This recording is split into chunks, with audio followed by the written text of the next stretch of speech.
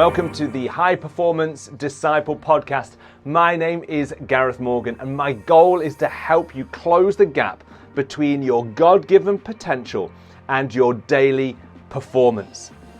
What I do is I explore the explosive combination of timeless spiritual principles and high performance practices that will enable you to take control, to be courageous, and to release the greatness that is in you. This conversation is designed to help high achieving, high impact leaders, entrepreneurs, athletes, and pioneers turn fear into faith, confusion into clarity, frustration into focus, and stress into strategy. If you enjoy what you hear, I would love for you to like it, to subscribe, to comment, and share it with others that you believe in. Here's today's conversation.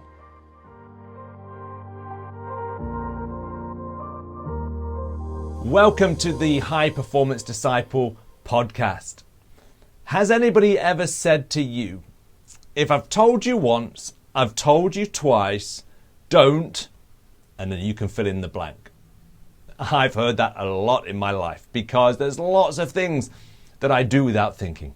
And those things can often be not to the expectation or the standard or as others would expect. And of course, when that's the case, we can get friction, we can get external challenge in our relationships, and we can get internal challenge because I get frustrated when I know that they've told me what they want me to do and how they want me to do it, but I keep on doing it the way that I've always done it. It can be so frustrating. You have the greatest of intention to change the way that you're doing things, but you keep going back to, and here's the key word, the default. How many of you have got strong defaults? Oh yeah, I can see that hand, I can hear that agreement. As human beings, we have these defaults in us. You know, every technical device has a set of defaults that it comes with, you know, the manufacturer's defaults. And if you reset that device, it will go back to the defaults of the manufacturer. And if you change those defaults, then every time you power up that machine, that computer, that iPad, that iPhone, then it will remember the defaults that you've given to it. As human beings, though, we often set defaults or have allowed defaults to be set that either we're unaware of or that we struggle to change.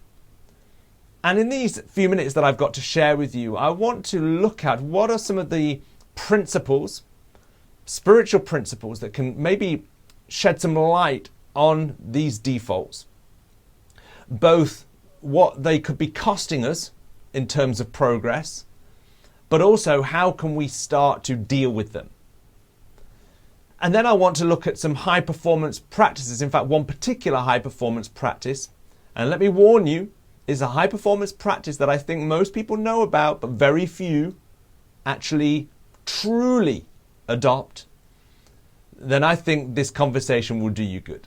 Because this conversation, in all honesty, has done me good. And it's the kind of conversation that, again, you need to keep having, especially as you move through the levels of truly bringing the best version of you to what matters most, and you're making progress through the levels of contribution that you're making to the world around you. So, defaults. The defaults that you and I have are usually driven by those things that we're saying to ourselves, whether we're conscious of it or not. And there's usually 4 statements that we're making.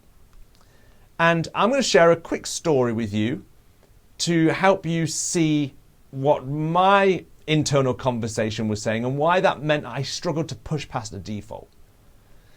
And this may sound really strange to you, especially in the light of what I'm doing right now, and I'll explain what I mean.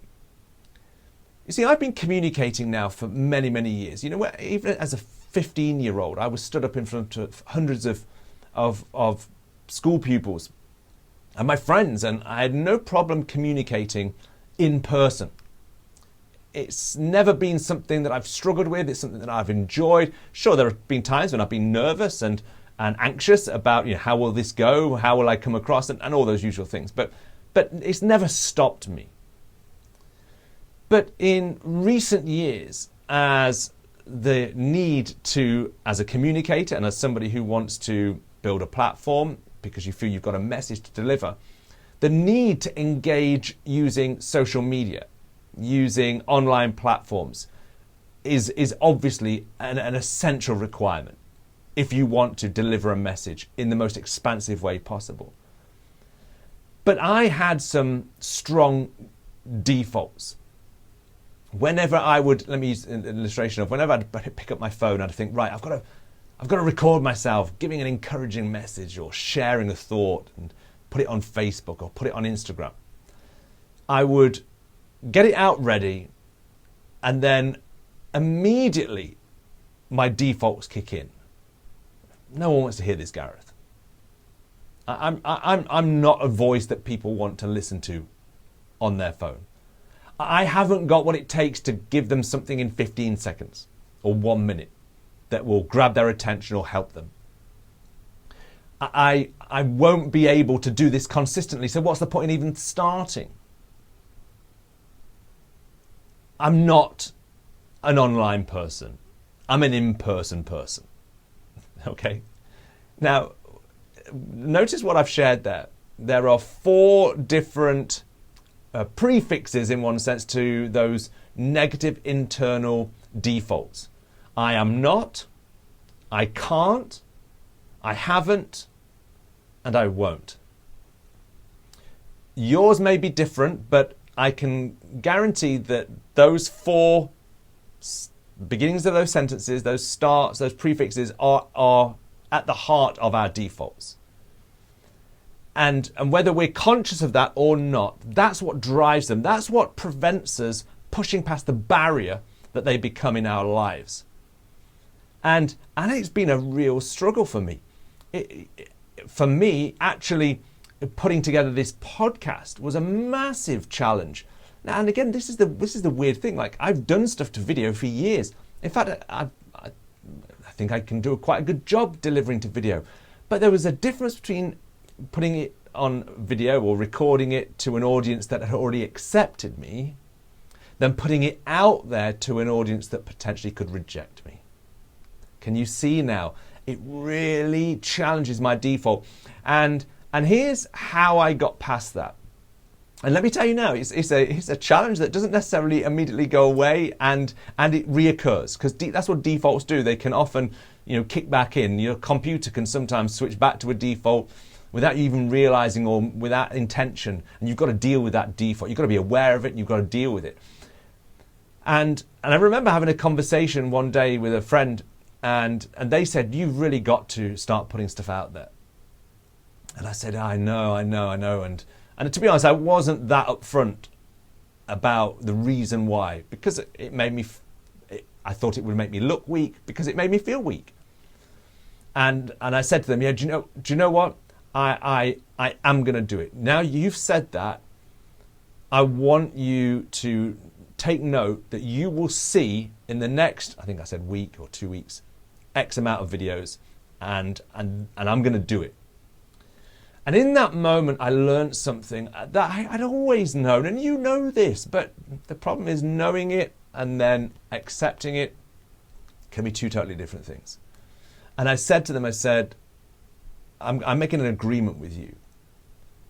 And the high performance practice that I want to look at is accountability, because that's what accountability is. Accountability is an agreement that I make with somebody else, because I need to change the agreement that I'm making with myself. You see, internally, I'd made an agreement with myself. I'm not good at that.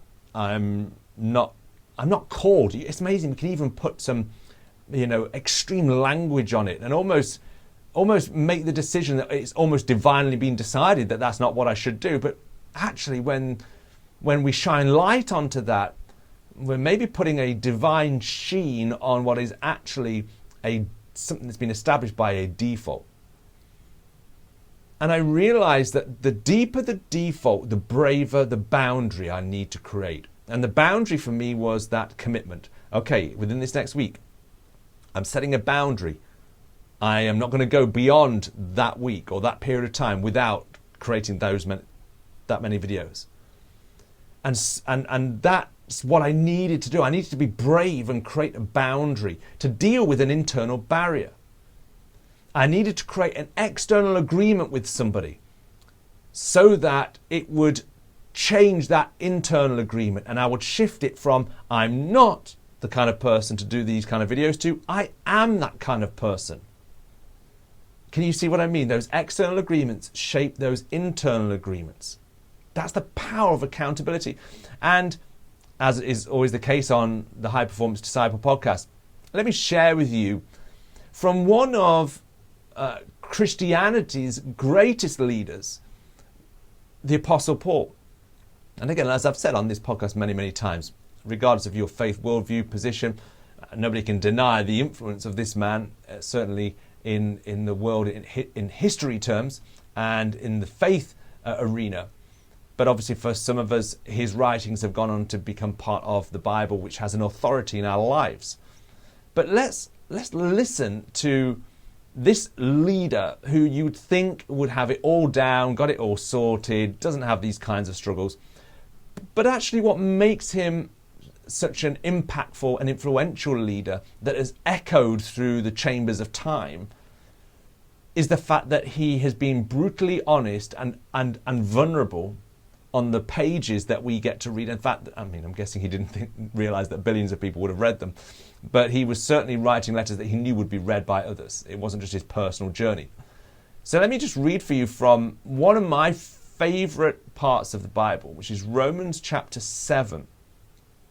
And I want you to hear it in these words. And it's from the Message version, so it's a paraphrase version and kind of puts it into a modern day spin in terms of language, so that hopefully you can understand it. And let's listen to the frustration and him processing the power of internal defaults. Okay, so let's listen to this right now. So this is from Romans chapter 7, and let me take it from verse 14. This is what he says. I can anticipate the response that is coming. I know that all God's commands are spiritual, but I am not. Isn't this also your experience? Yes, I'm full of myself. After all, I've spent a long time in sin's prison. What I don't understand about myself is that I decide one way, but then act another, doing things I absolutely despise. So if I can't be trusted to figure out what's best for myself and then do it, it becomes obvious that God's command is necessary. Let me just stop there. Paul is highlighting for us what sin is and the impact of sin. Now again, let me frame sin as actually I believe it is the case to be framed this way, that sin is simply falling short of God's standards. Now if you're not a person who believes in God, let me tell you right now that you still have standards. You know you have standards, yeah? That's why you're listening to this podcast, because you have high standards. And those standards are driven innately within you. I believe they're put there by God. You can decide where you believe they've come from. A conscience, a person's conscience, is their internal government that determines what acceptable standards are. And you ask any human being and say, have you ever fallen short of your own standards? And the answer would be yes. In fact, the answer probably would be multiple times consistently. You see, that's what sin is. It's falling short of God's standards, but you can put in there falling short of my own standards. And Paul here is saying, I'm consistently falling short of my own standards, and so I can't trust myself. I can't trust myself to make the good decision or the right decision, because I know what I need to do and what is right, but I simply can't do it. But then he says it becomes obvious, therefore, that God's command is necessary. Now, what is God's command? God's command is a standard that I then agreed to place upon myself. In other words, I give authority to somebody else's standard. Now let's put this into a context that may help you right now. Let's use a sporting analogy. You're in a team, you've got a coach, and you've got standards as a player, but the job of the coach is to come in with higher standards, to place standards on you, the player, and the team that challenge you to go to the next level. Because you know on your own terms, you can't be trusted to go to that level. It's why even a tennis player who plays single matches, so they're an individual player, requires a team around them. Even though it's an individual sport, the reality is they need the team because they need to have standards imposed upon them for their own benefit, because they can't be trusted on their own to unlock the potential that's in them. It's their own potential, but they need an external command upon them. So Paul here is saying, I know that I need to be better, do better, but on my own I can't be trusted because I keep falling short of my own standards. I keep doing what I know I shouldn't do. So I need something more, he says. He goes on to say, I know I need something more, for if I know the law but can't keep it, and if the power of sin within me keeps sabotaging my best intentions, I obviously need help. I realize that I don't have what it takes. I can will it, but I can't do it. I decide to do good, but I don't really do it. I decide not to do bad, but then I do it anyway. My decisions, such as they are, don't result in actions. Resonate? It resonates with me.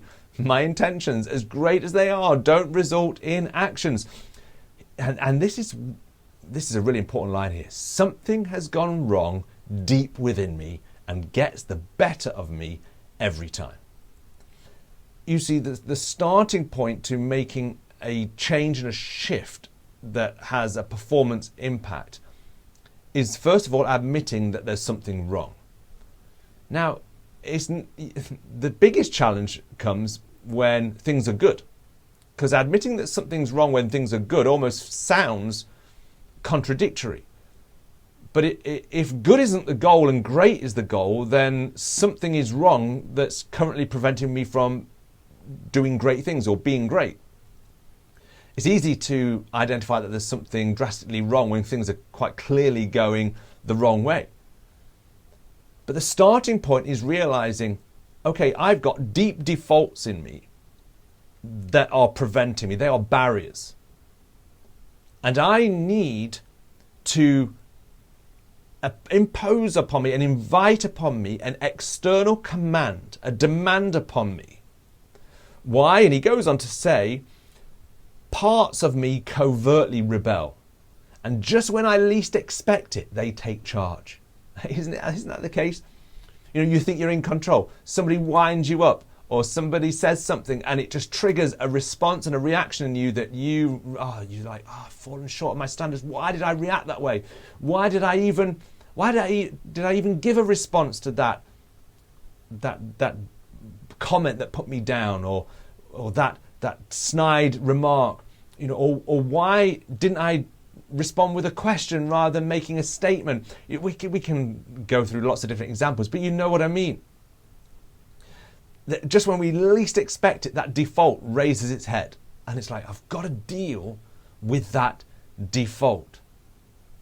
And so what Paul does in this passage and the next passage is he agrees the importance of God's command, and he agrees the importance of Christ's help and his power and authority to overcome those defaults.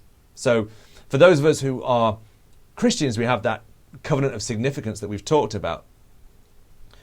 We recognize that in Christ we have a new identity, and so therefore our I am, I can, I will, and I have is driven by him. So if Christ can do it, if Christ has done it, if Christ will do it, then I can do it. I can do all things through Christ who gives me strength. So there's a deep shift in belief. Okay? And I have to agree with that. There's knowing it, but I have to accept it. But then we still need the high performance practice that I'm going to share. Now, if you're not a person who is a person of faith, I don't like saying it because I think everybody's a person of faith, but we'll talk about that in another episode. But if you don't have a Christian worldview, then it's about agreeing I need an external demand placing upon myself to help me deal with this internal shift that has to happen. And it comes through accountability. Accountability. That word that sends shivers down our spines is not the kind of word that maybe makes us jump up for joy, but it's the kind of thing that will make us leap forward in terms of our progress if we learn to adopt it properly. You see, accountability is when I invite somebody else into a conversation that I call a course-correcting conversation.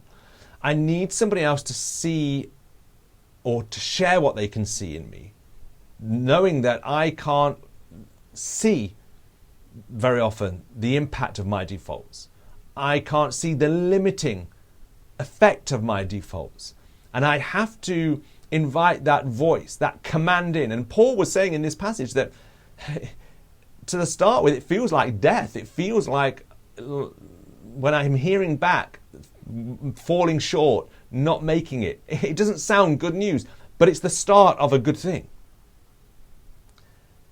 But then, of course, once you've established what the default is, accountability says, right, we can now create a fresh boundary that is going to create a shift in what I agree internally about myself, and therefore through my external agreement with you, we're going to create this shift. So let me go back to my analogy. So accountability says, this person says to me, Gareth, you need to be putting these videos out. You need to be doing more online. People need to hear this. So that's a command that I accept. I agree with that. So an external agreement. And therefore, I'm going to agree to do this. And then next time you see me, or once this period is over, I want to talk to you because I want to make sure that I've followed through this agreement. Because here's what happens. When I then act upon that agreement, I create a fresh experience that sees the new version of Gareth doing what the old version couldn't believe. And the more I see experience the evidence of what the new Gareth looks like, the more it creates a momentum that is who I am. I can do it. I will do it more. I have got what it takes. Can you see now that external agreement has shifted the internal agreement? I now agree that is who I am. I now reject the old default. So I really hope that what I've shared with you in this time has really challenged you. Those deep defaults, they may feel like they're immovable, but let me tell you, they're not. But what we do need is we need to have a course-correcting conversation. We need to enlist accountability. We need to tear up the contract that we've made with ourselves that is settled on who I'm not, I can't, I haven't, I won't. And we need to establish a fresh agreement. This is who I am. This is what I can do. This is what I have got what it takes. And I will do this. But I need other people. I need to go into that vulnerable conversation to deal with those defaults. Be brave to set those fresh boundaries and follow through. I know you've got what it takes. Remember, it's time to take control. It's time to be courageous. And let's see you release that greatness.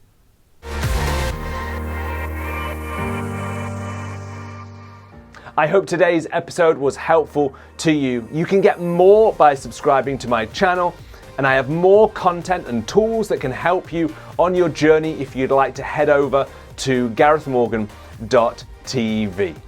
Remember, today and every day you are a champion, and there is more in you than you think.